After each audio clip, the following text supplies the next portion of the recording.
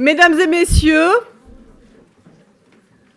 Madame la rectrice, Monsieur le vice-recteur, c'est au nom du comité d'organisation que j'ai le plaisir et le grand honneur aujourd'hui d'ouvrir cette 4e édition du colloque sur la pauvreté.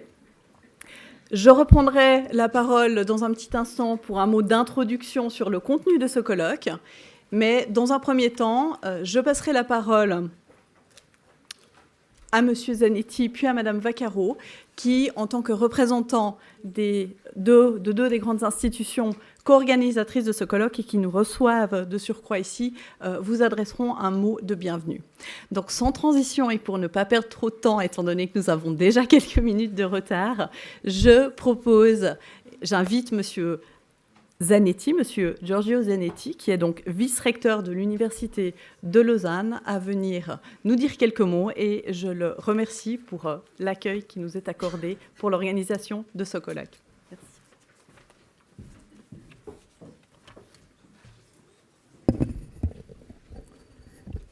Voilà, la hauteur du micro comme première manifestation des inégalités. Madame la rectrice de la HESSO, Mesdames et Messieurs les membres du comité d'organisation, Mesdames, Messieurs, chers collègues, j'ai le grand plaisir de vous adresser un mot de très cordiale bienvenue de la part de la direction de l'Université de Lausanne. C'est un grand honneur, assurément, mais un honneur redoutable en cela qu'il enjoint l'orateur à se poser la question de sa légitimité. Et je me dis que j'aurais peut-être été plus à ma place si j'avais été limité à vous accueillir en distribuant les cafés et les croissants. Car en effet, qui suis-je pour parler de pauvreté à un parterre si bien garni de scientifiques, de personnes engagées sur le terrain de la pauvreté et de décideurs. Que sais-je de la pauvreté? On peut se demander, en effet, s'il y a plus nanti que de travailler au rectorat d'une université. Et d'une université suisse, de surcroît, ce pays dont les conseillers fédéraux étaient unanimes le 1er août dernier à célébrer la richesse. Il fait bon vivre en Suisse, a ainsi proclamé la présidente de la Confédération le 1er août dernier, alors que le ministre de l'économie surenchérissait en faisant l'éloge de notre exceptionnelle prospérité, et que le ministre de la Défense n'était pas en reste, tout dithyrambique qu'il était, sur le pays le plus attractif du monde. Et je vous prie de ne pas voir du cynisme dans mes propos et dans ces citations. On est en droit de célébrer ce qui va bien, que ce soit les bons côtés de notre pays ou les prix Nobel d'université. Mais cependant, comme la tour d'ivoire peut être fragile, et c'est heureux, il suffit d'en rester à l'exemple que je viens de citer du mois d'août dernier. Il a célébré son premier jour avec le clairon triomphant de la prospérité, comme je viens de le citer, et c'est sur un tout autre ton qu'il a tiré sa révérence. En effet, le 31 août dernier, le conseiller d'État Pierre-Yves Maillard présentait le rapport social vaudois 2017, lequel nous apprend que 5% des Vaudois vivent dans la pauvreté et que 14% des personnes actives sont exposées au risque de pauvreté. Alors c'est un curieux raccourci d'histoire littéraire qui nous fait passer ainsi en un mois du récit épique de notre prospérité au drame social de la pauvreté. C'est un sévère rappel à l'ordre, décidément, de la part d'une réalité que vous connaissez bien, à laquelle vous consacrez toute votre énergie et qui nous rassemble aujourd'hui. Alors, dans ces circonstances, si j'ai une légitimité à faire valoir, au moment de remercier les organisatrices et les organisateurs du magnifique programme qu'ils ont mis sur pied, au moment de vous remercier, mesdames et messieurs, d'y prendre part, si j'ai une légitimité à faire valoir, c'est peut-être celle de me réjouir qu'une université, la nôtre en l'occurrence, puisse contribuer à mieux connaître la pauvreté dans toute l'épaisseur de sa complexité, que l'université participe à décrire les divers visages de la vulnérabilité, à identifier les racines de la précarité, les racines aussi de la résilience, et à décliner les formes de solidarité requises pour vivre ensemble en société.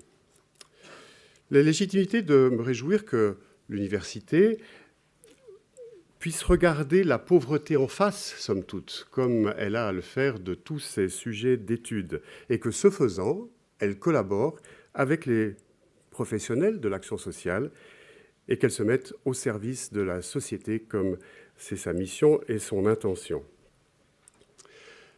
En termes de légitimité, j'estime qu'il me revient aussi d'affirmer que cette contribution académique à l'étude de la pauvreté doit rester un chantier perpétuellement ouvert, tant les défis évoluent avec notre histoire.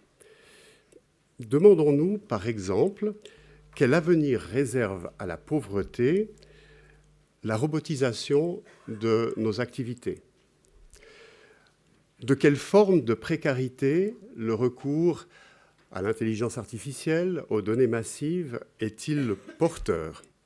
Et une fois de plus, posant cette question, on voit l'homme avec la foi du charbonnier s'en remettre au progrès technologique pour résoudre ses problèmes. Et de fait, portée souvent par des idéalistes, la révolution digitale amène l'espoir d'un partage, l'accès ouvert à tous à la connaissance, la possibilité de s'affranchir des besognes laborieuses. Il y a bien là l'espoir de mettre la prospérité à une portée de clic. Et pourtant, qu'observe-t-on? Comment ignorer le risque de fracture sociale?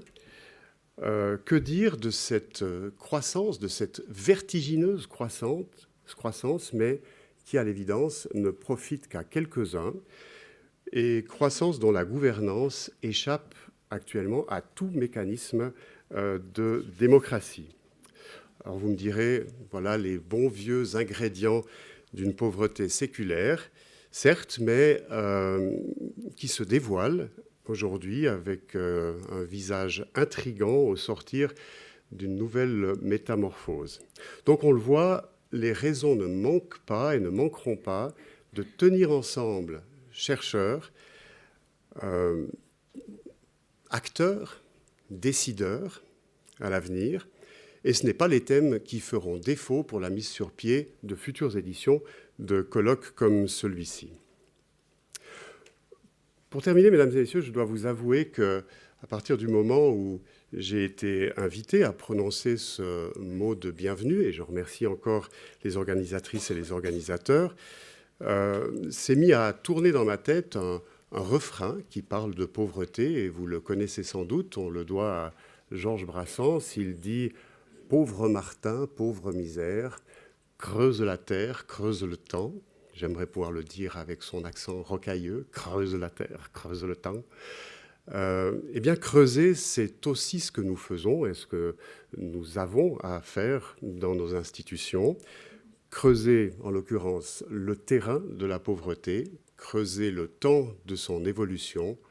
Je vous souhaite un excellent colloque. Merci.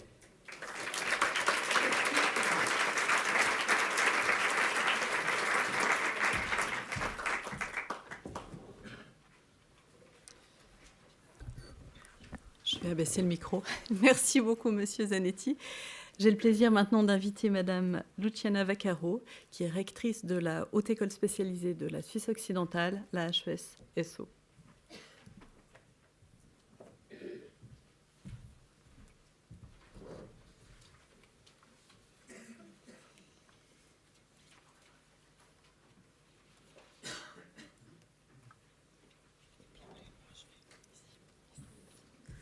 Oui, George, je suis désolée, mais pour une fois, c'est pas moi qui souffre, on voit que la tête, voilà. Donc, merci beaucoup de vous être organisé. Monsieur le vice-recteur, Madame la co-secrétaire générale d'Avenir Social, Mesdames et Messieurs, en vos titres et qualités, Comme Giorgio vient de le dire, dans votre domaine, il ne sert à rien d'arriver avec des grandes théories peu pragmatiques. Il faut partir du terrain, multiplier les expériences pratiques pour que l'action soit efficiente. Et dans la lutte contre la pauvreté, le travail ne manque pas. Et je dois vous dire qu'en préparant ce speech, c'est avec un certain malaise que j'ai pris connaissance de certaines données. La pauvreté en Suisse touche 570 000 personnes dans un pays qui a le 4e produit intérieur brut au niveau mondial, selon les sources de l'OFS. Donc, les principaux groupes à risque, ils sont connus. C'est des personnes seules, sans formation, sans travail, les résidents non européens, les familles monoparentales, ainsi que les working poor. Et je trouve ce terme particulièrement cruel dans un pays où on pense que le travail, c'est la solution à, comment dire, une situation de précarité. Le travail social, les travailleurs sociaux sont centraux dans la lutte contre la pauvreté et l'exclusion, mais vous évoluez dans un contexte mouvant, dans lequel on est tiraillé entre la réalité du terrain et puis celle du budget, entre les exigences politiques et la nécessité sociale. Et c'est une tension continue que j'ai l'impression qui ne fait que de s'accroître. La question de l'intervention elle est également au cœur de vos questionnements, je pense, aujourd'hui. Jusqu'à quel point vous êtes en mesure de contraindre, jusqu'à quand vous pouvez laisser faire, quand l'aide sociale devient une forme d'ingérence. Ce sont des questions centrales que vous allez aborder dans ce colloque et j'en doute pas qu'elles enrichiront la réflexion et les pratiques. Car la pauvreté n'est pas un sujet figé, mais je crois qu'il évolue constamment dans la manière dans laquelle elle se réalise dans notre contexte social, mais aussi dans ses représentations au fil du temps. La pauvreté, elle est aussi tributaire de la conjoncture et de la situation internationale. L'Europe fait face aujourd'hui à la crise migratoire avec des populations venues du Moyen-Orient et de l'Afrique subsaharienne. Pour une institution comme la HSSO, cette question migratoire prend deux aspects distincts. Je dirais que d'une part, il s'agit d'intégrer ou de renforcer la thématique de la migration dans les cursus ou dans les projets de recherche, particulièrement dans les hautes écoles de travail social. Mais d'autre part, et là je parle vraiment pour le rectorat, il s'agit pour nous comme institution de permettre aux réfugiés d'accéder aux universités, tant comme étudiants que comme chercheurs. Nous devons permettre à ces personnes mises en danger par la guerre ou par leurs opinions politiques d'exprimer leurs talents et leurs capacités. Je dois vous dire à titre personnel que en ce moment, on est en train de rédiger le nouveau Hémisphère, qui est notre journal. Non, c'est pas un journal, c'est quoi, un magazine. Voilà, pardon. Mes italianismes, ils ressortent. Et c'est sur les croyances. Puis on m'a demandé quelle est une des croyances qui vous énerve. Alors, il y en a plusieurs, mais une qui m'irrite profondément, c'est quand on parle de ces profiteurs sociaux. Moi, je me dis, mais comment on fait, même à imaginer qu'on a eu envie de traverser le désert à pied, d'arriver en Libye, se faire violer pour traverser la mer sur un bateau de pêcheurs pour dire « Ah, je viens profiter de la loi sur l'assurance sociale en Suisse, qui bien sûr, elle est connue dans tous ces pays. » Donc, pour moi, il s'agit de stéréotypes et puis de préjugés inaudibles. Et comme rectrice, je me positionne très fortement pour pouvoir donner la meilleure possibilité de s'intégrer à ces personnes, qu'elles soient, comme j'ai dit, chercheurs ou étudiants. Pour ce qui concerne les étudiants, nous avons développé une approche portfolio qui peut être active au cas par cas en fonction de la situation de la personne. Parce que c'est clair que quand on quitte un pays dans une situation de guerre ou en situation de pauvreté profonde, on n'a pas tout de suite le réflexe de prendre ses diplômes avec. Donc, nous faisons en sorte qu'on puisse quand même faire admettre ces étudiants, même s'ils ne peuvent pas prouver avec des documents officiels leur titre. Et puis pour les chercheurs, nous faisons partie d'un réseau international qui s'appelle Scholar at Risk, qui met en relation des chercheurs avec des chercheurs qui sont en danger dans leur pays pour leurs idées politiques ou leurs recherches avec des institutions dans le monde entier. Il y en a 500 d'institutions qui adhèrent à ce réseau. Donc,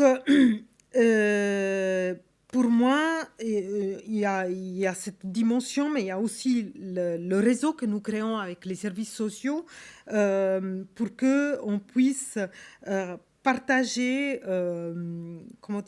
l'expérience d'accueil des réfugiés. Il s'agit pour eux de nous aider à détecter les personnes qui répondent à ces conditions de poursuite des études dans une autre école.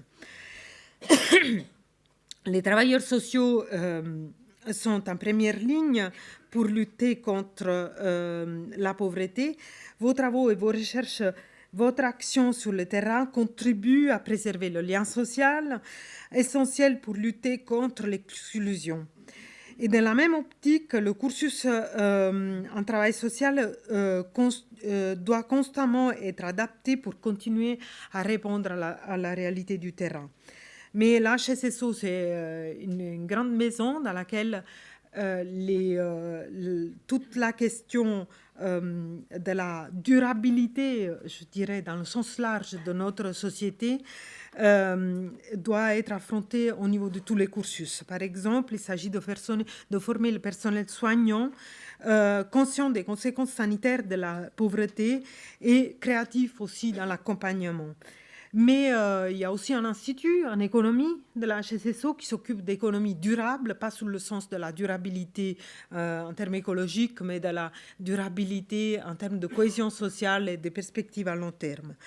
Et nous avons aussi des ingénieurs qui s'attaquent à des questions comme développer des appareils qui puissent être utilisés dans les pays pauvres qui ne peuvent pas se permettre le même niveau d'entretien et de recharge en termes de consommables, etc. Et pour moi, il s'agit de soutenir ces politiques au sens large.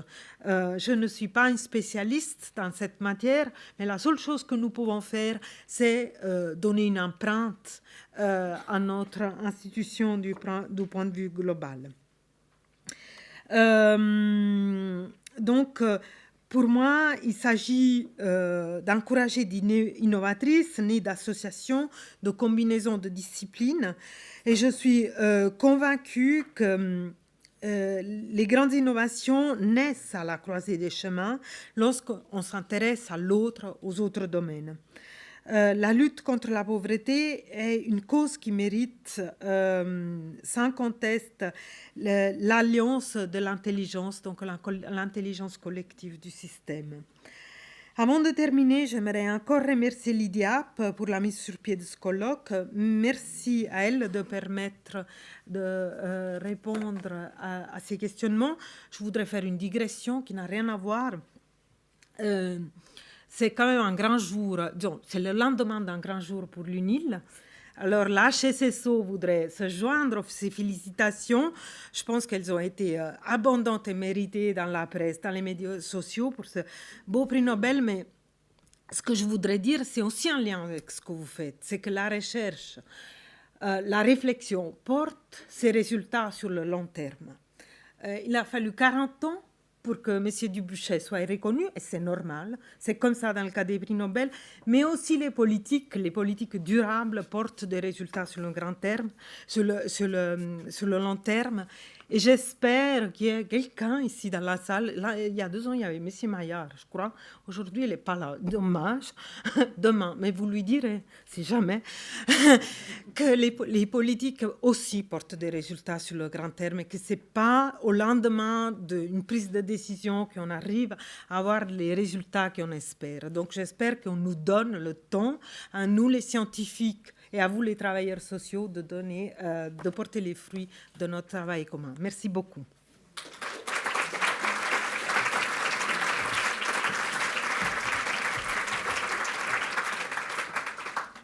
Merci beaucoup, Madame Vaccaro.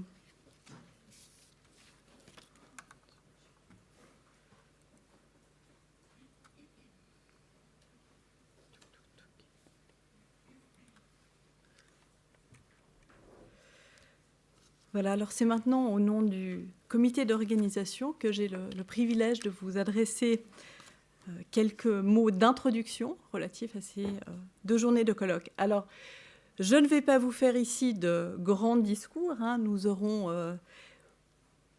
à souhait du contenu de qualité au cours de ces 2 prochains jours avec un programme très riche dont vous avez eu l'occasion de prendre connaissance. Mais je souhaite revenir brièvement sur ce qui a conduit notre réflexion dans la conception de ce programme, et puis vous donner également quelques indications pratiques et utiles pour le bon déroulement de ces 2 journées. Alors peut-être faut-il tout d'abord que je vous rappelle que ce colloque, dont la première édition a eu lieu en 2010 déjà, est organisé conjointement par le département vaudois de la santé et de l'action sociale, le TSAS, l'Institut des sciences sociales et l'Institut de hautes études en administration publique de l'Université de Lausanne, la Haute École de travail social et de la santé, la HESSO et l'ESP qui est très fortement impliqué, le pôle de recherche national LIVES sur la vulnérabilité dans les parcours de vie, ainsi que le centre de compétences suisse en sciences sociales, FORCE.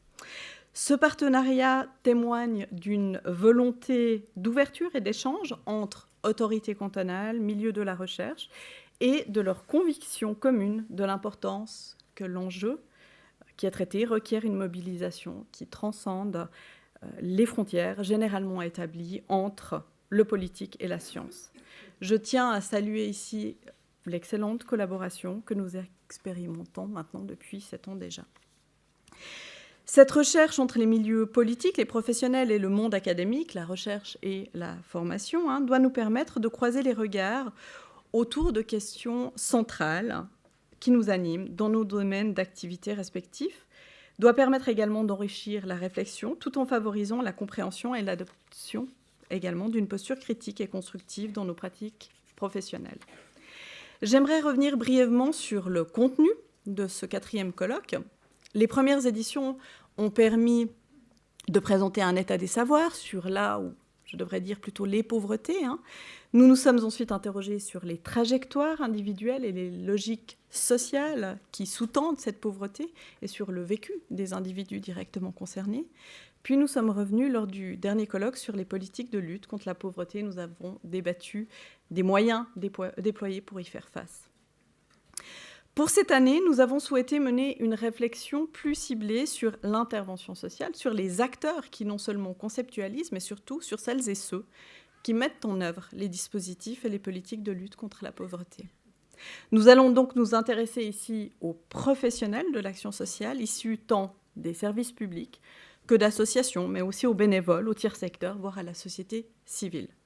Il nous est en effet apparu important de porter notre attention sur celles et ceux qui accompagnent au quotidien les personnes en situation de pauvreté, considérant que ces acteurs ne sont en effet pas de simples agents d'exécution, mais que leur action contribue largement à orienter et à façonner les politiques de lutte contre la pauvreté.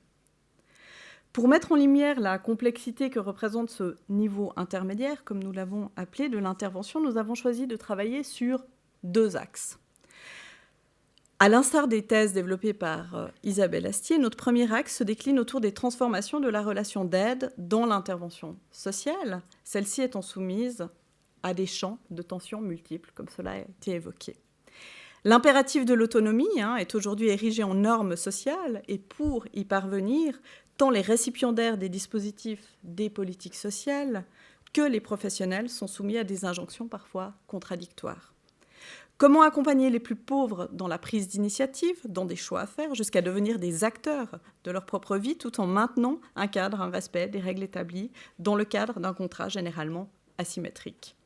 La relation d'aide se décline souvent autour d'un pacte qui implique de travailler non pas sur, mais avec autrui pour tendre à une remobilisation des usagers et des usagères et leur permettre de recouvrer leur autonomie. Mais la marge des manœuvres des professionnels est souvent conditionnée par des moyens qui ne sont pas illimités.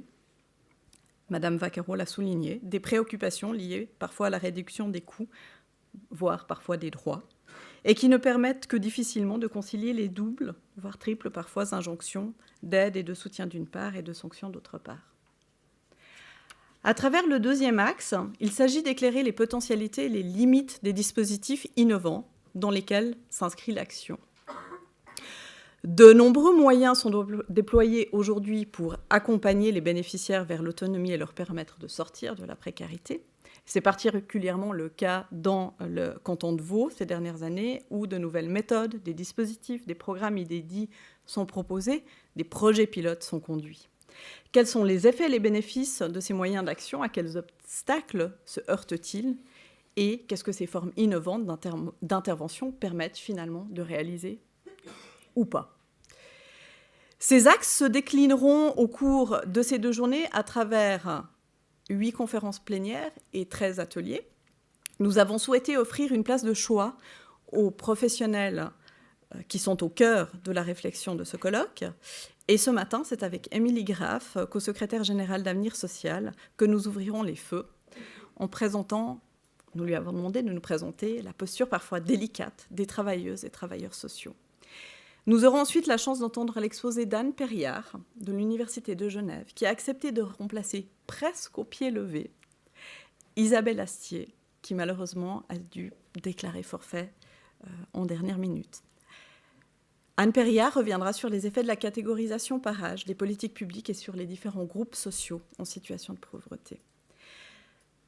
Ce matin, nous continuerons avec Yasmine Pradessimo, qui nous présentera quant à elle les enjeux de l'accompagnement à travers l'exemple concret du travail de l'action sociale qu'elle dirige à l'Hospice général de Genève. Et cet après-midi, c'est Caroline Knupfer et Judith Cour du département vaudois de la santé et de l'action sociale qui brosseront les défis auxquels est confronté le canton de Vaud en matière de rapport et les moyens qui sont mis en place pour y faire face, en reprenant, j'imagine, quelques éléments du récent rapport social. Demain, c'est Pierre-Yves Maillard qui sera présent tout de même, donc nous lui passerons le message, en charge de la politique sociale cantonale depuis 2004 dans ce canton, et il nous présentera dans sa contribution les développements récents de la politique vaudoise pour prévenir et améliorer l'intervention sociale en matière de pauvreté. La conférence du sociologue Vincent Dubois, professeur à l'Université de Strasbourg, dont les travaux ont largement franchi les frontières de l'Hexagone, il évoquera quant à lui le processus de bureaucratisation qui est à l'œuvre dans le travail social et qui conduit à un accroissement de la part du travail sur dossier et du temps passé à satisfaire aux exigences évaluatrices des managers au détriment des contacts directs, souvent avec leur public. Demain après-midi, nous vous proposerons une réflexion sous forme de bilan et de perspective, avec dans un premier temps une contribution de Ludwig Gertner, vice-directeur de l'Office fédéral des assurances sociales, sur le rôle de la politique fédérale et les apports du programme national de lutte contre la pauvreté. Son intervention sera suivie par un dialogue que nous avons souhaité entre Bastienne Jorchel-Anhorn, qui est directrice du Centre social protestant depuis quelque temps, et Dominique Froidevaux, directeur de Caritas Genève, et qui évoqueront le rôle essentiel joué par les associations dans l'accompagnement des personnes en difficulté, en soulignant les forces et les limites de cette intervention sociale, souvent discrète, parfois spectaculaire, et dont la forme varie selon les époques et le contexte socio-économique. Verena Keller, professeure honoraire à la Haute École de travail social de la santé à Lausanne, a, quant à elle, accepté de se plier au parfois difficile exercice, mais qu'elle remplira brillamment, de la synthèse et clôturera ce colloque. 2 séries d'ateliers viendront compléter ces exposés, des ateliers qui doivent permettre un échange sur des programmes ou des mesures d'ores et déjà mises en œuvre ou en projet, et qui proposeront une analyse critique de l'intervention sociale, de ses apports, de ses limites. 2 personnes assureront, selon notre tradition, chacun de ces 13 ateliers, de façon à bénéficier chaque fois d'un double regard, celui de la pratique d'une part et celui de la recherche d'autre part. La réalisation de la richesse de ce programme n'a été possible que grâce au soutien de nos institutions et à l'investissement de nombreuses personnes. Je tiens ici à remercier chaleureusement au nom du comité d'organisation toutes celles et ceux qui ont rendu possible la réalisation de ce colloque, à commencer par les conférenciers et les conférencières, les contributeurs et les contributrices des différents ateliers qui ont répondu positivement et avec enthousiasme à notre invitation. Merci à nos institutions respectives pour les moyens, les ressources et le temps qu'elles nous ont accordés pour toute l'organisation avant et pendant ce colloque. Merci à l'Université de Lausanne et à l'IDEAP qui nous accueillent en leur sein. Merci à l'équipe d'Unibat pour sa flexibilité de dernière minute et en particulier à monsieur Jean-Paul Dutoit. Et merci encore, bien entendu, à Nora Deverdely. Merci à Madame Nicole Momo-Pochon de l'IDEAP, à Mesdames Alexandra Magnona et Karine Barbosa du secrétariat général du TSAS. Toutes ces personnes qui se sont chargées d'une multitude de petites choses sans lesquelles rien ne fonctionnerait.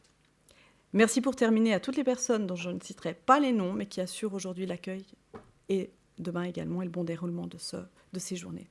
Je conclurai encore avec quelques informations pratiques.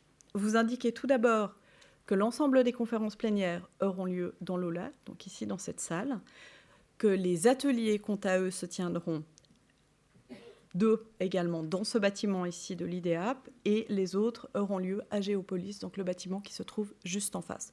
Vous trouverez à l'extérieur des listes avec des numéros de salle, les références des ateliers, et puis la liste avec, parfois on oublie entre le moment où c'est inscrit l'atelier dans lequel on est censé aller. Donc vous retrouverez tout ça à l'extérieur. Les pauses café et les repas de midi sont servis dans le hall, juste devant l'auditoire également. Et puis nous avons préparé un petit questionnaire de satisfaction relatif à ce colloque et nous vous serions très reconnaissants de bien vouloir consacrer en ligne quelque chose comme 3 minutes à y répondre. Merci d'avance. Et puisque nous sommes en ligne, vous avez une connexion Internet Wi-Fi avec un code qui vous sera indiqué sur les panneaux déroulants également.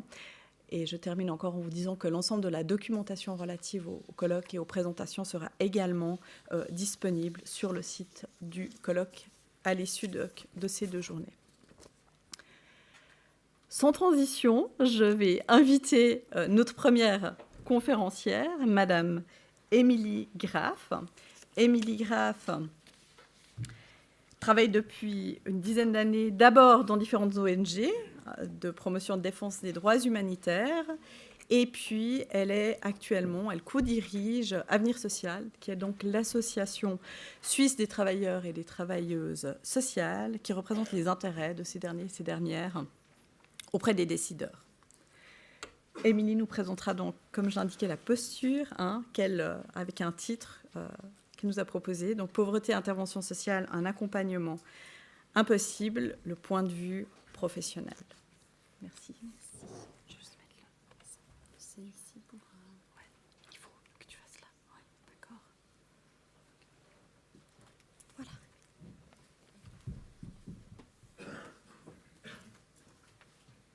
Alors, bonjour à tous et à toutes. Merci beaucoup d'abord pour cette introduction. Je suis très contente d'être là aujourd'hui, d'être là avec vous tous.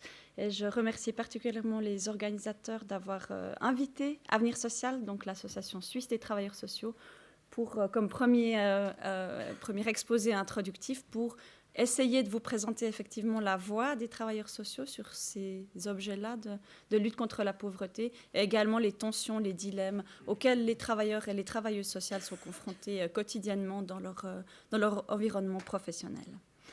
Donc mon exposé traitera des mandats du travail social et aura vraiment comme focus les travailleurs et les travailleuses sociales.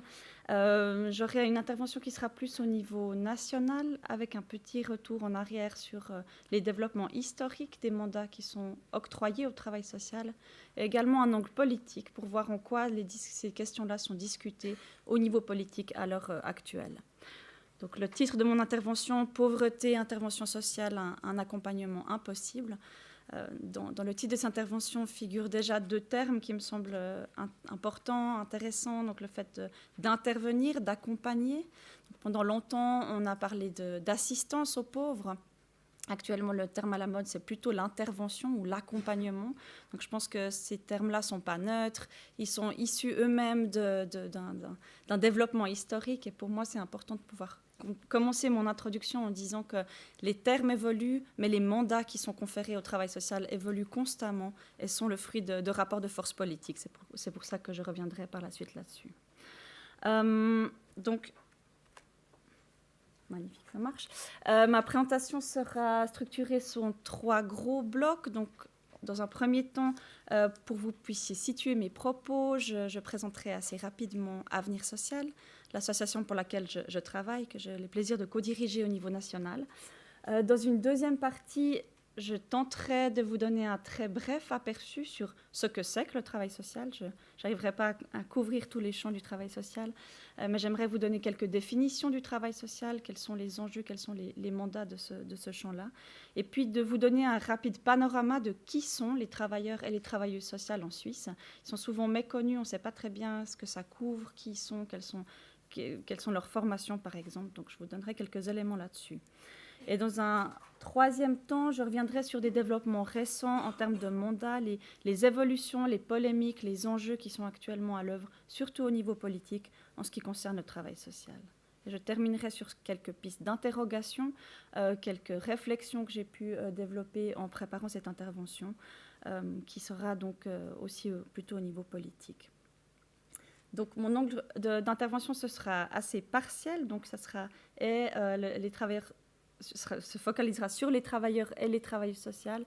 Je tiens en introduction de dire que bien sûr que les travailleurs et les travailleuses sociales ne sont pas du tout les seuls intervenants en matière de lutte contre la pauvreté. Ils collaborent au quotidien avec énormément d'autres professions, également de nombreux autres groupes que je vous présenterai.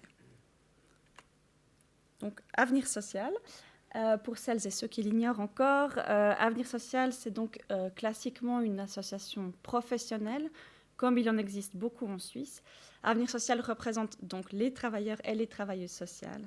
Donc, des associations professionnelles, il y en a énormément en Suisse. Donc, elles couvrent, les plus connues, ce sont celles bien sûr des médecins, des avocats, des infirmiers, des enseignants, etc. Et Avenir Social est celle qui couvre le champ du travail social. Avenir Social compte sur l'engagement actif de 3500 membres individuels, donc peuvent adhérer chez nous uniquement des personnes individuelles, donc des travailleurs et des travailleuses sociaux. On se veut être la voix des travailleurs et des travailleuses sociales à différents échelons. Donc pour être membre chez nous, il suffit entre guillemets d'avoir une formation en travail social au niveau tertiaire. Et donc, contrairement à ce qu'on croit souvent, Avenir Social ne représente pas les institutions, Avenir Social ne représente pas les employeurs non plus, on représente vraiment les employés du terrain. On est financé presque majoritairement et presque exclusivement par les cotisations de nos membres et par la vente de certaines publications, ce qui nous donne un budget d'environ 1,5 million par an au niveau national. Et ce qui nous permet de garantir une grande indépendance.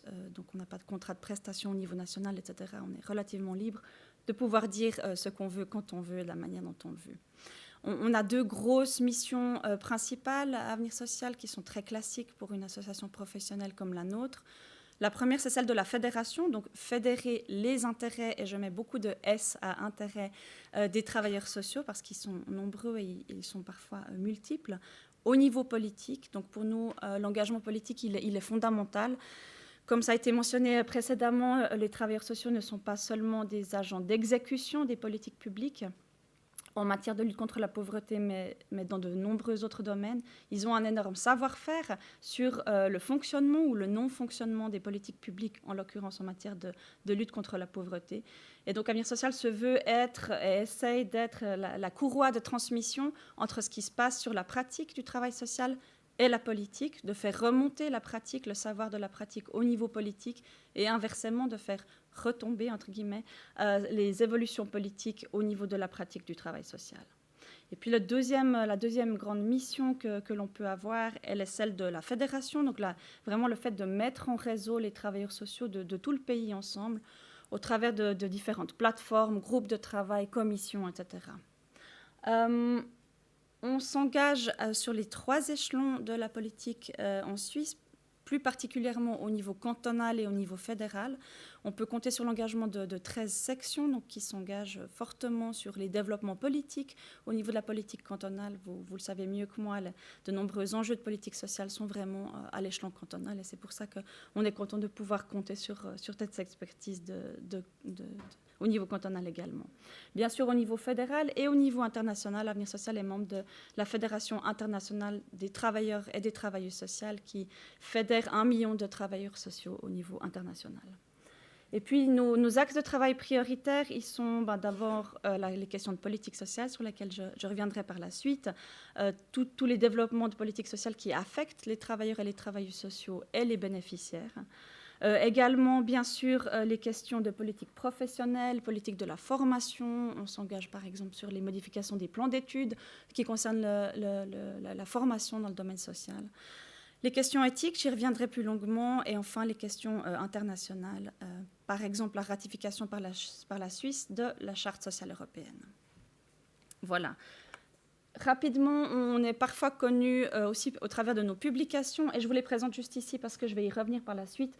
Plus particulièrement notre revue qui s'appelle Actualité sociale, qui paraît en français tous les 2 mois, qui se veut être la revue d'information et de débat du travail social en Suisse romande et en Suisse alémanique. Et puis le code de déontologie du travail social en Suisse que je vous présenterai tout à l'heure. Et enfin, j'ai mis juste un exemple, j'ai posé quelques documentations à l'entrée. Des questions centrales qui pour nous se posent, typiquement on a élaboré l'année dernière un document sur la discrimination raciale dans le travail social. Donc ce sont des brochures, des outils pour les travailleurs sociaux, pour les appuyer sur certaines thématiques qui nous semblent très importantes. Donc voilà, vous pourrez le retrouver à l'entrée. Donc voilà, après cette brève présentation de l'association pour laquelle je travaille, donc qui vous permettra aussi de mieux situer mes propos, j'aurais voulu essayer de vous donner quelques angles sur ce que c'est que le travail social et ce que font, ce qui sont les travailleurs sociaux. Je vous fais figurer ici la définition internationale du travail social, donc qui est une définition qui est issue de la Fédération internationale des travailleurs et des travailleuses sociales, qui a été modifiée en 2014, donc il y a quelques années, par l'Assemblée générale des travailleurs et des travailleuses sociaux au niveau international. C'est parfois très compliqué de définir le travail social. Il y a autant de définitions à l'échelle internationale qu'à l'échelle suisse également.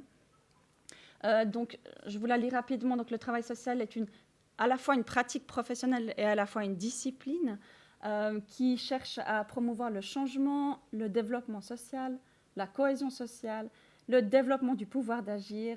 Donc là, vraiment, c'est tout ce qui est capacity building, c'est une traduction de l'anglais, et la libération des personnes, donc notamment les questions d'empowerment. Fonde le travail social, bien sûr, les principes de justice sociale, de droit de la personne, de responsabilité sociale collective et de respect des diversités. Et donc là, pour les aspects un peu plus méthodologiques, le travail social repose sur les théories du travail social. Elles existent, les sciences sociales, bien sûr, les sciences humaines, les connaissances autochtones, donc là, c'est la valorisation du savoir-faire local. Et puis, le travail social vise à encourager les personnes et les structures à relever les défis de la vie et agir pour améliorer le bien-être de tous. Donc, c'est une définition relativement large, comme vous pouvez le voir, mais qui nous permet de situer au niveau international quels sont les mandats du travail social qui sont souvent effectivement très contradictoires et très multiples. En Suisse, maintenant un peu plus précisément, j'ai mis un sous-titre, une profession en délimitation floue, où le travail social souffre de son identité, souffre d'un manque de reconnaissance, souffre parfois une incapacité lui-même à définir ce que c'est que le travail social. Je vous ai mis ici une définition un peu plus classique qui vient notamment d'Avenir Social, mais sur comment se déploie le travail social en Suisse. Donc, selon la définition d'Avenir Social, le travail social porte sur les 5 champs professionnels suivants. Donc, l'assistance sociale, donc tous les services sociaux, les assistants et les assistantes sociales, les éducateurs et les éducatrices sociales, les animateurs sociaux culturels, les éducateurs de l'enfance et les maîtres et les maîtresses socio-professionnelles. Donc, l'identité du travail social se divise au travers de ces champs-là. Et je crois qu'on a pas mal de divisions ou de tensions au sein du travail social, mais la lutte contre la pauvreté est vraiment une des tâches transversales du travail social. Donc, elle unit ces différents champs professionnels-là, et j'y reviendrai par la suite. On pense souvent, et à mauvais titre, que quand on pense à travailleur social et lutte contre la pauvreté, on pense assez systématiquement au premier champ, le champ un peu historique du travail social, à savoir l'assistance sociale.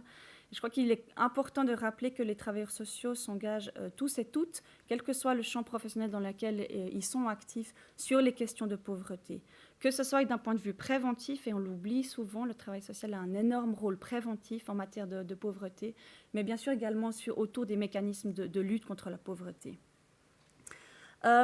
Au niveau administratif, le travail social est rattaché à de nombreux champs. Donc, par exemple, si on regarde, on fait une analyse au niveau cantonal à quel département les travailleurs et les travailleuses sociaux sont rattachés, ils sont très nombreux, ces départements-là. Donc, c'est bien sûr les départements de l'action sociale, mais également les départements de la santé, de la formation, de la justice, de l'économie également.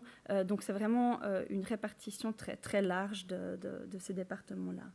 Et puis, je l'ai fait figurer ici, le travail social est actif dans de nombreux champs. Donc, bien sûr, les questions de pauvreté, mais également les questions de migration.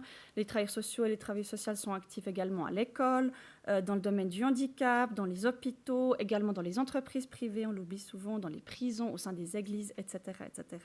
Donc, autant de lieux où les travailleurs sociaux ne sont pas toujours appelés travailleurs sociaux. Ils ont aussi un certain nombre de dénominations qui varient en fonction surtout des employeurs. Donc, ils sont appelés soit effectivement assistants sociaux, éducateurs, animateurs socioculturels, mais également intervenants sociaux, conseillers en action communautaire, etc., etc., ce qui ne contribue pas à donner une image plus précise du travail social.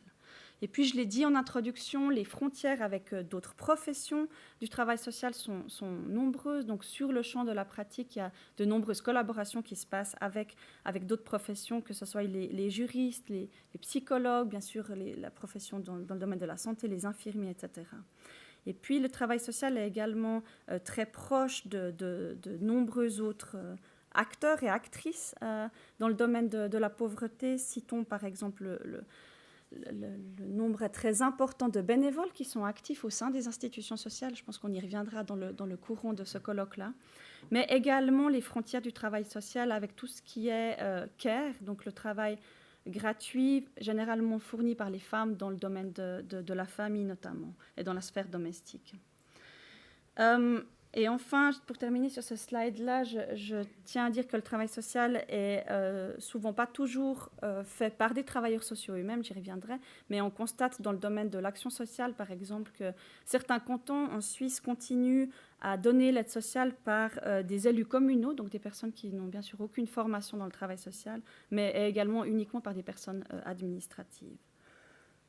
La question de la formation, ça sera une transition avec mon slide suivant. Il n'y a pas une voie royale pour devenir travailleur social en Suisse, mais il y a différents niveaux de formation. Il y a une diversité des possibilités de se former en travail social, que ce soit au niveau des écoles supérieures, au niveau des HES bien sûr, et au niveau universitaire. Donc diversité et profession floue, mais avec des valeurs qui sont centrales, des valeurs que la profession s'est elle-même donnée au travers de son code de déontologie en Suisse, donc édité par Avenir Social, qui a été le fruit d'un long travail pour réussir à distinguer quels sont les principes phares ou les valeurs phares de la profession. J'ai cité quelques exemples ici, vous pouvez le retrouver dans le code de déontologie, mais c'est des aspects qui me semblent importants, qu'on va pouvoir reprendre par la suite pour savoir, qui expliquent de nombreuses tensions inhérentes à la pratique du travail social, des tensions qui se trouvent entre ces valeurs que la profession s'est données, et puis la pratique, et puis les développements politiques en tant que tels. Donc on peut retrouver ces valeurs-là au travers de 2 gros blocs, je dirais. Le premier qui sont le respect des droits humains, de la dignité humaine, avec des principes qui découlent eux-mêmes de tous les systèmes de protection et de promotion des droits humains. Donc bien sûr la question de l'égalité de traitement, le principe de l'autodétermination, la participation de tous et toutes aux décisions qui les concernent, l'empowerment, donc le renforcement de la capacité d'agir. Et puis la justice sociale, qui là également pose souvent de nombreux problèmes au niveau de la pratique. Donc le devoir pour les travailleurs et les travailleuses sociales de refuser toute forme de discrimination. Et également le fait de devoir dénoncer les principes injustes, donc les pratiques injustes, notamment les ancêtres des whistleblowers. Je vais passer maintenant aux travailleurs et aux travailleuses sociales. Donc souvent quand on pose la question quelle est la compétence phare qu'il faut avoir pour être travailleur ou travailleuse sociale, on entend encore trop souvent, en 2007 encore, le fait d'avoir un grand cœur, le fait d'être gentil, le fait d'avoir de l'empathie, de l'écoute, etc. Et j'aurais juste voulu vous mettre ici, je ne suis pas en train de savoir si Madame Magdalena Martullo-Blorek, que vous connaissez peut-être parce qu'elle est une chef d'entreprise, donc une des grandes entreprises en Suisse, et elle est également conseillère nationale actuellement.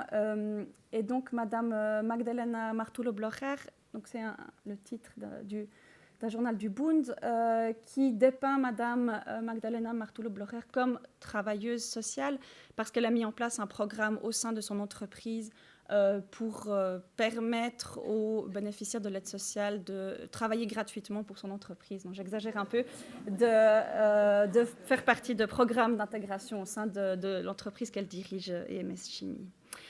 Donc, pour Avenir Social, pour avoir étudié le CV de Madame Magdalena Martullo-Blorek, Madame Magdalena Martullo-Blorek n'est pas travailleuse sociale parce que pour Avenir Social, l'unique et seule condition pour être travailleur social, c'est avoir une formation au travail social. Donc, c'est quelque chose qui peut paraître tout à fait banal, qui l'est totalement dans la plupart des professions en Suisse, mais qui ne l'est absolument pas dans le travail social. Et je vous montrerai quelques chiffres par la suite qui le montrent. Donc ça, c'est un travailleur ou une travailleuse sociale pour Avenir Social. C'est donc le fait d'avoir un diplôme en travail social au niveau des écoles supérieures, des HES et au niveau universitaire.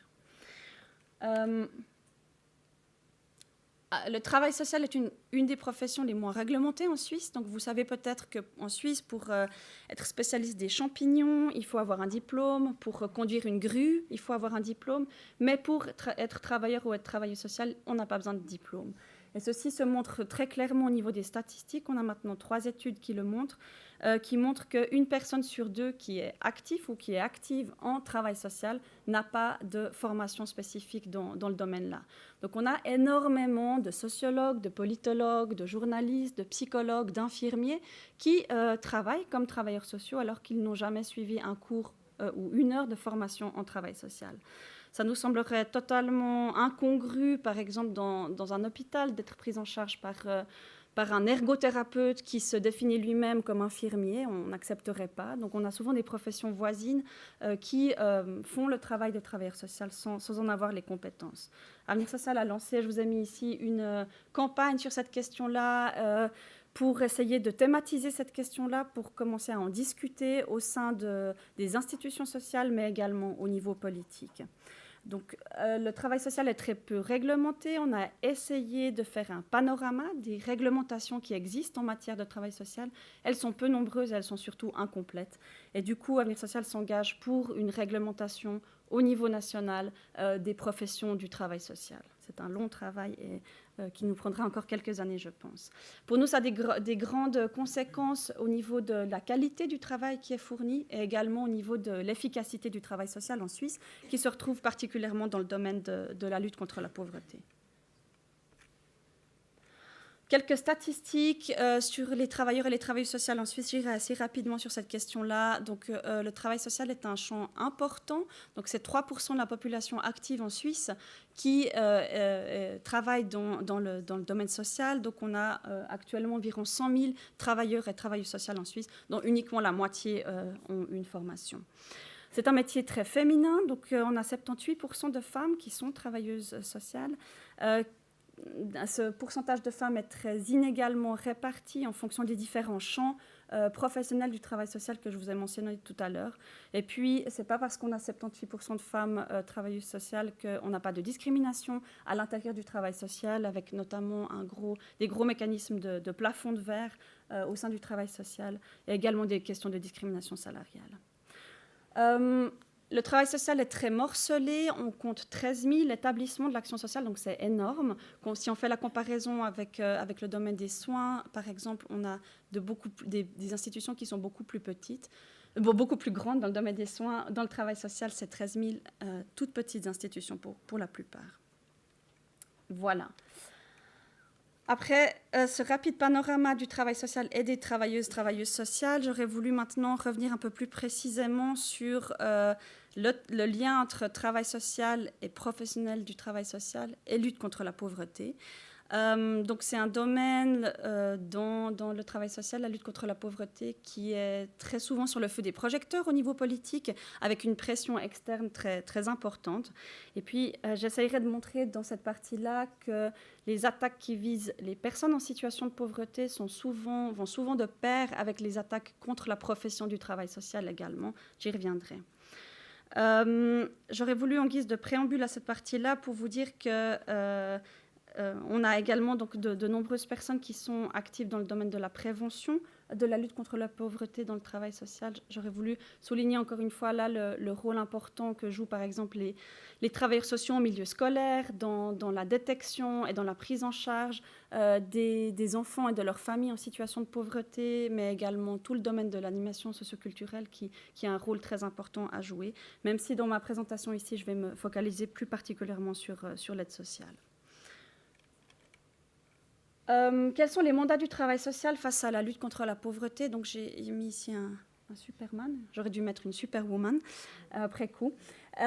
Donc est-ce que le travail social a le pouvoir? Est-ce qu'il doit mettre un terme à aux situations de pauvreté en Suisse? Ou est-ce que uniquement il est là pour gérer les inégalités et gérer les personnes qui sont en situation de pauvreté?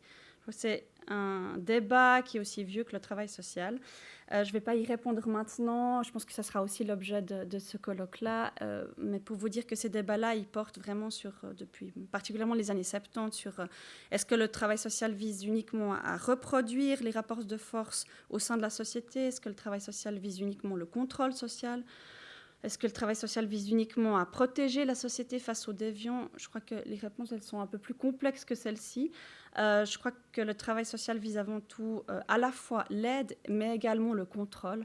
Et puis, le travail social fournit un petit pas pour contribuer à gérer les inégalités sociales qui sont si nombreuses au sein de la société suisse. Je vais faire un tout petit pas en arrière, mais ça sera très rapide parce que je trouve que c'est important de montrer que là où on en est en termes de discours politique actuellement, ça a bien sûr une histoire, ça s'est bien sûr construit depuis longtemps. Une première chose qu'on oublie parfois dans la pratique du travail social, c'est que le travail social est plus ou moins toujours lié aux rapports de force politique. Donc ces rapports de force politique-là, ils évoluent. Et les mandats qui sont conférés au travail social également évoluent. Je crois qu'il faut, et on l'oublie aussi, on a tendance aussi à l'oublier, que la pauvreté, comme le dit Castel, n'est pas inscrite dans le ciel. La pauvreté, elle est le produit de sociétés inégalitaires qui construisent des différences entre les riches et les pauvres, selon Robert Castel. Et effectivement, je crois qu'il faut rappeler qu'on ne devient pas souvent pauvre par hasard en Suisse. La pauvreté est liée aux questions de discrimination, qu'elle soit liée à la discrimination liée à l'âge, au genre, à l'origine, etc., etc. Donc les travailleurs sociaux sont toujours dans cette frontière-là de rapports de force et de mandats conférés par le politique. Je vais aller très rapidement sur l'assistance aux pauvres que vous connaissez, donc notamment pour les premiers pas de la mise en place du travail social. Donc Depuis toujours, on considère que la pauvreté découle d'une déviance personnelle ou morale. Donc, dès la fin du 19e, la personne, lorsqu'elle est considérée comme capable de travailler, elle est stigmatisée et exclue. Et puis, donc, on a dans le développement des politiques sociales, mais vous le savez également, un certain nombre de dispositifs qui sont mis en place, notamment l'école obligatoire qui date de cette époque-là, les cantons et les communes particulièrement qui encouragent l'émigration des Suisses pauvres vers les pays d'Amérique du Sud et d'Amérique du Nord. Et puis, on a l'ouverture des asiles pour les vieillards nécessiteux, des institutions d'éducation pour les enfants, etc. Il y a également un certain nombre de mesures répressives qui sont mises en place, notamment, et on l'oublie là également, les interdictions de mariage, l'interdiction du droit de vote pour les plus démunis. Donc ça, c'est vraiment des attaques à la citoyenneté qui sont encore parfois d'une actualité brûlante. Et puis, on a la professionnalisation du travail social, donc le début des écoles en travail social qui se mettent en place au début des années 1920 en Suisse. On va bientôt fêter les 100 ans des premières écoles pour femmes uniquement, qui forment des femmes dans le domaine du travail social. Il faut attendre la Deuxième Guerre mondiale pour que ces écoles-là soient ouvertes aux hommes. Donc c'est relativement tardif. Je voulais vous montrer avant ceci pour vous dire qu'on est... J'étais un peu vite, je reviens en arrière. On a donc on a la période des 30 glorieuses qui vient un gros boom du développement de la protection sociale. Et puis on a un frein en arrière à partir de la fin des années 90 en Suisse avec la mise en place des politiques d'activation qui modifient, qui bouleversent la manière dont le travail social se pratique, avec la mise en place de politiques beaucoup plus individuelles, avec la mise en place de programmes tels que je les ai mentionnés ici, les contrats d'objectifs, les contreparties, etc. Donc une individualisation massive des manières dont la lutte contre la pauvreté se fait. Et puis on a en parallèle un discours sur la stigmatisation des personnes qui sont à l'aide sociale, donc avec l'émergence de discours sur les abus, donc qui prennent une place centrale au sein des politiques qui touchent autour de la pauvreté et également plus précisément dans l'aide sociale, avec une méfiance généralisée contre les bénéficiaires qui doivent montrer pourquoi ils ont le droit et pourquoi ils méritent d'avoir un soutien et de faire appel à leurs droits. Et puis ces discours-là, ils se retrouvent non seulement dans les discours médiatiques et politiques, mais également beaucoup au sein de la population. Et je vous ai juste mis ici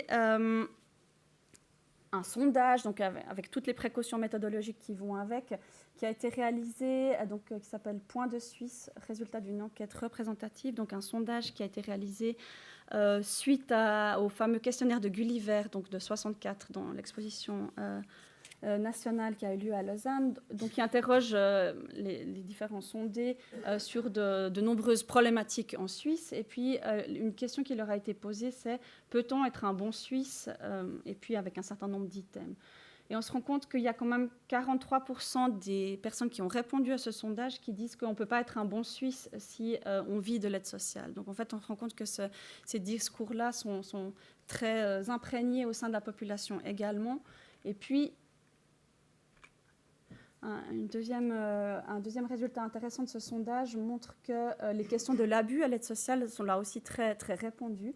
Donc la question qui a été posée, toujours dans le même sondage, c'était avec quel degré de sévérité les actes suivants devraient-ils être punis à l'avance. Donc on se rend compte que 72% des répondants pensent que les abus à l'aide sociale doivent être punis beaucoup plus sévèrement. Donc c'est un contexte politique, donc, contrairement par exemple à la fraude fiscale qui est autour de 44%. Donc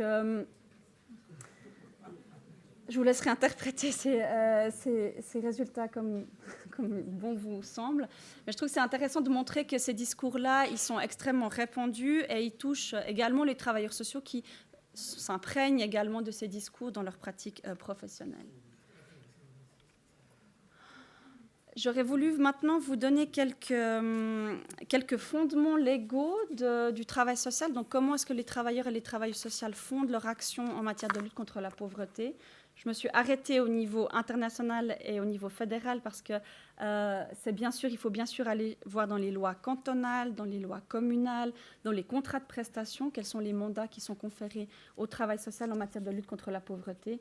Donc très rapidement, avant tout, c'est la Déclaration universelle des droits de l'homme, donc, et son article 22, qui évoque le droit à la sécurité sociale, les droits économiques, sociaux et culturels. Je n'ai malheureusement pas pu faire figurer ici la Charte sociale européenne, que vous connaissez peut-être. Donc au niveau des 2 mécanismes de protection des droits humains pour les pays membres du Conseil de l'Europe, on a la Convention européenne des droits de l'homme et la Charte sociale européenne. La Convention, la CEDH, couvre les droits politiques et civiques et la Charte sociale européenne couvre les droits économiques, sociaux et culturels. La Suisse a ratifié il y a un moment la Convention européenne des droits de l'homme, mais n'a toujours pas ratifié la Charte sociale européenne qui protège ces droits-là. Donc la Suisse est un des derniers pays membres du Conseil de l'Europe, avec Monaco et Andorre à n'avoir toujours pas ratifié la Charte sociale européenne. Au niveau de la Constitution, heureusement, elle est là.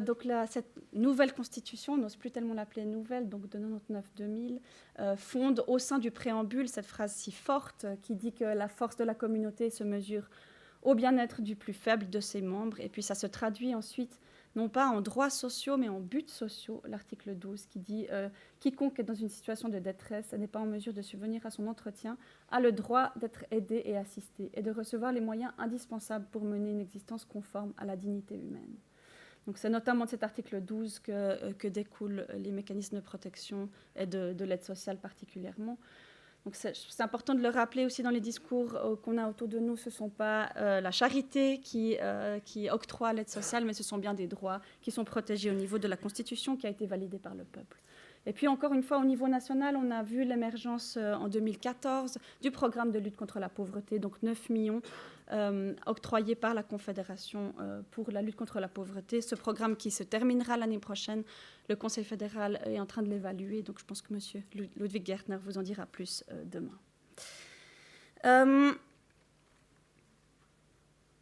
J'aurais voulu maintenant, pour terminer ma présentation, revenir sur quelques-unes de ces tensions fondamentales dans la pratique du travail social entre les valeurs que j'ai pu évoquer tout à l'heure et puis ces développements politiques et puis le rôle que les travailleurs sociaux ont dans la mise en œuvre de ces politiques. J'ai choisi 2-3 exemples que je vous mentionnerai maintenant qui mettent en tension vraiment au quotidien des exemples récents, les travailleurs sociaux, dont de nombreux se sont adressés à leur association professionnelle, donc à Avenir Social, parce qu'ils ne savent pas comment répondre à ces dilemmes dans les mandats qui leur sont donnés. Donc ils ne savent pas comment répondre entre les valeurs de la profession et puis ces développements récents. Donc on s'est par exemple positionné sur ces questions-là. Le premier, c'est un exemple classique, la question des sanctions à l'aide sociale, donc les sanctions qui se développent et qui se multiplient dans le domaine de l'action sociale. Vous savez peut-être qu'en 2005, les normes de l'ACSIES, qui fixent les montants d'aide sociale, des normes, ont été révisées. Cette révision a porté sur 3 points. La première, c'était la mise en place d'un système d'incitation qui récompense financièrement les comportements qui visent l'intégration professionnelle. La deuxième, la mise en place de mesures d'intégration qui peuvent être obligatoires, donc le fait de contraindre des personnes à participer à des programmes d'occupation sous menace de sanctions. Et puis, bien sûr, la mise en place d'un système de sanctions au cas où les bénéficiaires de l'aide sociale ne se conforment pas aux directives qui leur sont octroyées. En matière de sanctions, cette tendance-là a été encore renforcée. En 2015, ces normes de l'ACSAS ont de nouveau été révisées. Et puis, la possibilité de sanctionner pour les assistants et les assistantes sociales ont encore été renforcées.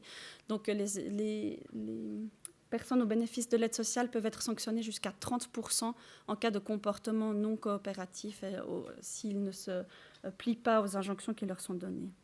Donc Avenir Social a élaboré une prise de position très critique par rapport à ces mécanismes de sanctions qui lui semblent non seulement en dehors et très largement en dehors des valeurs de la profession, mais en plus ce sont des sanctions qui ne marchent pas, donc qui mettent à mal la relation entre le bénéficiaire et le travailleur social. Et puis ces sanctions-là, elles renforcent encore la stigmatisation des personnes à l'aide sociale, dont de nombreux de nombreuses personnes nous disent le sentiment de honte qu'elles ont à faire appel à ce droit à octroyer de l'aide sociale. Donc, on a vu tout autour de l'élaboration des discours autour des sanctions, toujours un parallèle qui est fait entre personnes à l'aide sociale et enfants. Donc on entend très souvent les personnes qui sont à l'aide sociale doivent être sanctionnées pour comprendre qu'il faut qu'elles essayent de s'en sortir. On entend très souvent oui, mais moi c'est comme un enfant, il a besoin d'être sanctionné de temps en temps, sinon il ne comprend pas les limites. Je trouve que c'est très intéressant en termes de rapport à la citoyenneté de dire comment est-ce qu'on considère encore en 2017 les personnes qui sont à l'aide sociale. Le deuxième point qui concerne l'aide sociale, c'est donc les coupes ciblées sur certaines catégories de la population. Donc, j'ai mentionné tout à l'heure l'interdiction de discrimination en tant que travailleur et travailleuse sociale. Donc là, c'est fortement mis à mal ces derniers temps avec des développements tout récents qui concernent avant tout les jeunes, donc qui ont depuis toujours été considérés comme des mauvais pauvres, les jeunes. La dernière révision des normes de l'Axias prévoit une réduction de 20% des forfaits d'entretien pour les 18 à 25 ans. Donc il y a même des cantons qui vont beaucoup plus loin. Le canton de Neuchâtel, par exemple, considère les jeunes jusqu'à l'âge de 35 ans. Et puis... les cantons, l'Axias a fait un monitoring l'année dernière sur la mise en œuvre de ces normes de l'Axias. On se rend compte que c'est une des choses qui a été le plus mise en œuvre, c'était ces restrictions qui visent les jeunes. Donc notamment le fait qu'on considère que les jeunes sont en gros...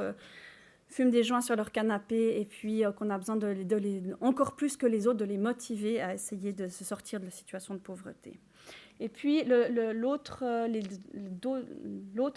catégorie de population qui est particulièrement visée, c'est celle des personnes étrangères. Donc là, on a beaucoup de développements extrêmement récents.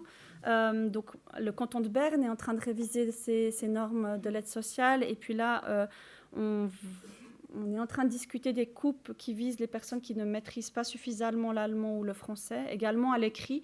Donc vraiment des pratiques purement et simplement discriminatoires. Là, on peut citer comme deuxième exemple un exemple encore plus récent qui date du 24 septembre dernier. Vous avez peut-être suivi qu'à Zurich, l'aide sociale pour les personnes admises provisoires a été réduite, et donc uniquement pour cette catégorie-là de la population. Donc la Suisse va devoir rendre compte sur ces coupes ciblées de l'aide sociale dans le cadre du mécanisme de l'EPU, l'examen périodique universel. La Suisse doit rendre compte devant le comité des droits humains de l'ONU, et donc du coup c'est une des critiques officielles des ONG qui a été adressée à la Suisse, des pratiques discriminatoires en matière d'aide sociale. Donc voilà, c'est deux exemples que je voulais vous donner pour mettre en lumière des contradictions et des tensions pour les travailleurs sociaux, avec de nombreuses difficultés à mettre en œuvre ces différents développements. Là aussi, on a des personnes qui se sont adressées à nous en disant qu'ils avaient eu énormément de peine du jour au lendemain, entre le 31 décembre et le 1er janvier, d'expliquer aux bénéficiaires de l'aide sociale, en l'occurrence des jeunes, pourquoi est-ce que leur montant était coupé du jour au lendemain. C'était uniquement parce qu'ils étaient jeunes. Donc ça, on voit les tensions aussi jusqu'au bout de la chaîne pour les travailleurs sociaux de mettre en œuvre ces mécanismes-là. Et puis, j'aurais voulu montrer aussi le lien entre attaques qui visent les bénéficiaires de l'aide sociale et les professionnels de l'action sociale, et particulièrement les travailleurs sociaux. Je vais vous citer deux citations de discours politiques qui visent à la fois les personnes en situation de pauvreté et les professionnels. Donc, deux citations qui datent de 2015. Quand on les lit, on peut souvent penser que c'est des discours qui sont beaucoup plus vieux, mais non, ils datent de 2015. Donc, je vous les lis. On a assisté à l'émergence d'une authentique industrie du social composée de spécialistes comme des psychologues, des médecins, des avocats, des fiduciaires et des travailleurs sociaux qui, par leur romantisme social, légitiment professionnellement les excès sociaux et transforment ainsi l'aide sociale d'un soutien temporaire au véritable cas de détresse en un revenu de base financé par l'État. En plein boom, la branche du social, gonflée par un nombre croissant de diplômés universitaires des sciences sociales, provoque aussi des exigences au niveau du marché de l'emploi. Le système commence à se légitimer lui-même. Ce développement a fait du travailleur social, autrefois un administrateur et assistant local, bien informé et souvent bénévole, un fonctionnaire socio-pédagogique qui tire sa justification directement des assistés sociaux et qui n'a donc pas trop intérêt à ce que le nombre d'assistés diminue. L'assisté devient un client qu'on aime bien garder. Il en résulte une attitude généreuse à l'égard de ses clients. Et plus loin, les prestations minimales peuvent par exemple se présenter comme suit, 2 points. Suffisamment de calories, des vêtements en bon état et assez chauds, un logement chauffé, la possibilité de cuisiner, un équipement minimal, des équipements sanitaires, une certaine sphère privée, des soins médicaux et hygiéniques élémentaires. Ces prestations minimales doivent être prévues pour des jeunes paresseux, les touristes sociaux et les assistés sociaux non coopératifs. Donc, ces 2 citations-là sont issues d'un papier de position qui s'appelle « Stopper les abus sociaux et la coûteuse expansion de l'industrie du social ».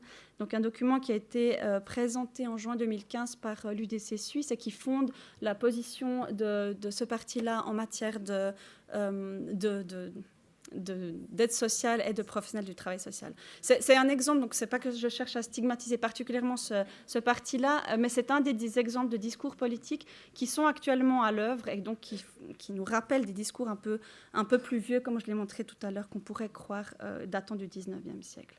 Et puis pour un autre exemple aussi d'une grande actualité, le Grand Conseil du canton de Zug va discuter mi-novembre prochain une motion qui vise à remplacer les travailleurs sociaux par des bénévoles et par des forces administratives, donc à l'échelle d'un canton. Et c'est très intéressant, j'espère qu'il y aura des personnes qui feront des thèses sur ce sujet-là, parce que c'est très intéressant de suivre les discours en disant qu'il faut non seulement donner l'autonomie totale aux communes du canton de Zug, mais vraiment qu'on n'a pas besoin d'avoir un diplôme pour s'occuper des personnes en situation de précarité et de pauvreté. Donc voilà 2 exemples pour essayer de vous montrer à quel point il y a un lien. Quand on attaque les personnes en situation de pauvreté, on attaque souvent aussi les personnes qui travaillent à leur côté, donc les travailleurs sociaux. Et pour terminer, parce qu'on m'a fait un grand signe, j'aurais voulu vous présenter juste quelques pistes de réflexion. Je crois que j'ai eu peut-être un discours un peu noir, mais pour vous montrer que le démantèlement social dont on parle si souvent et très souvent, et nous les premiers, doit être relativisé. On a certes des coupes budgétaires dans le domaine de l'action sociale dans énormément de cantons et également au niveau fédéral, mais si on prend un peu un pas en arrière, on voit qu'au contraire, on a un certain nombre de nouveaux mécanismes qui se sont mis en place. Donc, j'ai cité tout à l'heure le travail social en milieu scolaire, qui est un champ qui est encore en voie de développement dans certains cantons, mais également la mise en place de nombreux dispositifs. Le canton de Vaud en a plusieurs à la clé. Pour le travail social, un enjeu qui me semble important, c'est de problématiser les enjeux qui sont cachés en matière de lutte contre la pauvreté. Donc, ne pas laisser les discours politiques et médiatiques uniquement parler de choses qui ne maîtrisent pas forcément. Je crois que pour le travail social, on a encore un grand pas à faire en matière notamment de valorisation du savoir-faire des travailleurs sociaux, comme j'ai pu le mentionner tout à l'heure. Un des exemples de ça pourrait être par exemple le non-recours aux prestations sociales, donc ce qui pour nous est un enjeu très, très grave. Donc on voit les gens arriver beaucoup trop tard, dans des situations encore beaucoup plus précaires pour faire appel à l'aide sociale. Une étude de la Haute École de Travail Social de Berne de l'année dernière montre que dans le canton de Berne, 26% des personnes qui auraient le droit à l'aide sociale n'y font pas recours. Et je crois que ça, c'est aussi un des effets directs de cette stigmatisation qui vise les personnes en situation de pauvreté, c'est qu'elles n'osent plus. Elles ont peur, elles ont honte de faire appel à leurs droits, de faire recours à leurs droits qui sont inscrits au niveau de la Constitution. Et puis le dernier point, la professionnalisation du travail social est pour nous absolument nécessaire.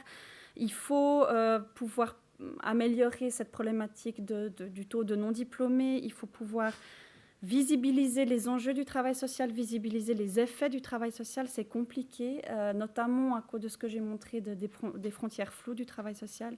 Il faut réussir à montrer à quel point le travail social est indispensable et nécessaire et qu'il a un rôle central au sein de la société.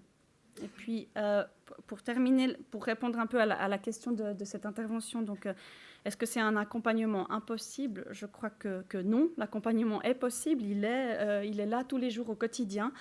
Et il fonctionne pas toujours aussi bien que ce qu'on aimerait, mais il fonctionne quand même. Je crois qu'on là aussi, on a tendance à oublier les chiffres qui montrent que autour de 25 à 30% des personnes qui sont à l'aide sociale sortent de l'aide sociale en moins d'une année. Donc c'est pas seulement grâce au pouvoir magique du travail social, mais c'est également grâce à lui. Et je crois qu'il faut pouvoir le rappeler et le dire quand on a besoin de le dire. Donc tout n'est pas tout ne va pas pour le mieux dans le meilleur des mondes possibles dans le travail social, mais il y a des choses très importantes qui sont faites et il faut le dire, il faut le montrer et puis il faut aussi le porter à voix haute au niveau politique, mais au sein du travail social également. Voilà. Merci pour votre attention.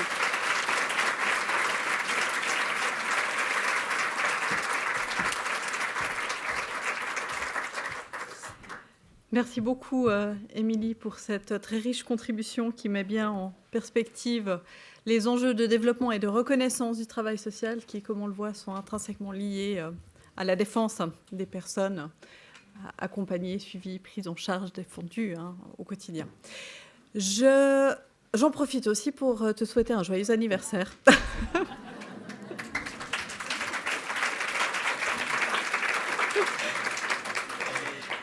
Et puis, je vous propose que nous prenions donc un quart d'heure de pause. Un café vous sera servi à l'extérieur. Et puis, nous reprenons donc à 10h45, dans un quart d'heure. Merci.